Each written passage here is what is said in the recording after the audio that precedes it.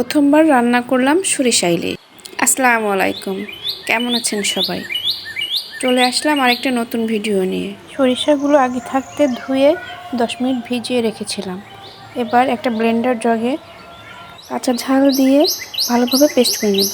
একটা কড়াইতে কিছুটা তেল গরম করে তাতে কিছু পেঁয়াজ কুচি ভেজে নিচ্ছি। ওটা ভাজা ভাজা হয়ে গেলে দিয়ে দিব একটু বাটা পেঁয়াজ। এটা আবার কিছুক্ষণ কষাবো। এটা ভালোভাবে কষিয়ে নিয়ে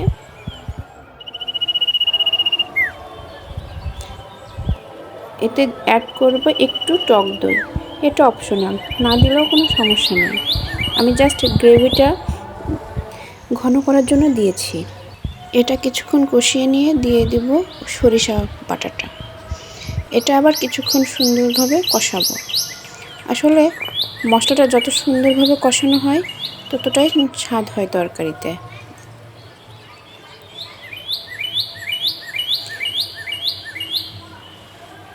এটা কিছুক্ষণ কষিয়ে নিয়ে আমি এটাতে অ্যাড করব একটু মরিচের গুঁড়া আর একটু হলুদের গুঁড়া।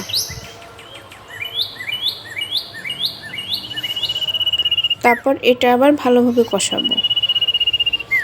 এটা কষিয়ে এটাতে অ্যাড করব হলুদের গুঁড়া আর মরিচের গুঁড়া।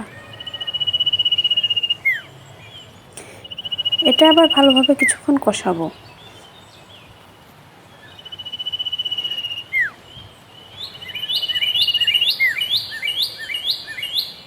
কষানোর পর যখন একটু তেল ভেসে আসবে তখন দিয়ে দিব আগে থাকতে মাছে আমি লবণ আর হলুদ মাখিয়ে রেখেছিলাম ওই মাছটা।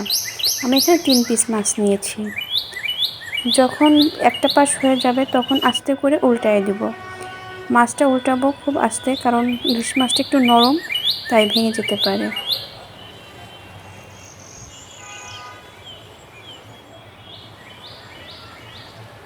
যখন এটার উপর থেকে তেল ভেসে আসবে তখন দিয়ে দেবো আমি গামলাটা ধুয়ে একটু পানি।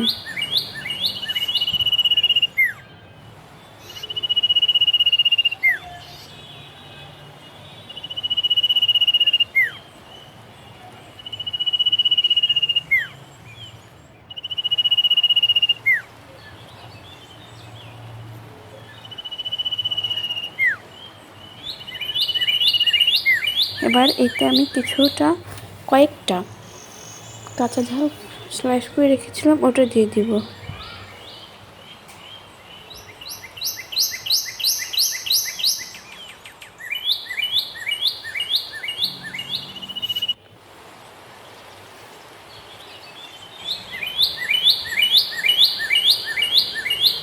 এবার এটা ঢেকে কিছুক্ষণের জন্য রান্না করব।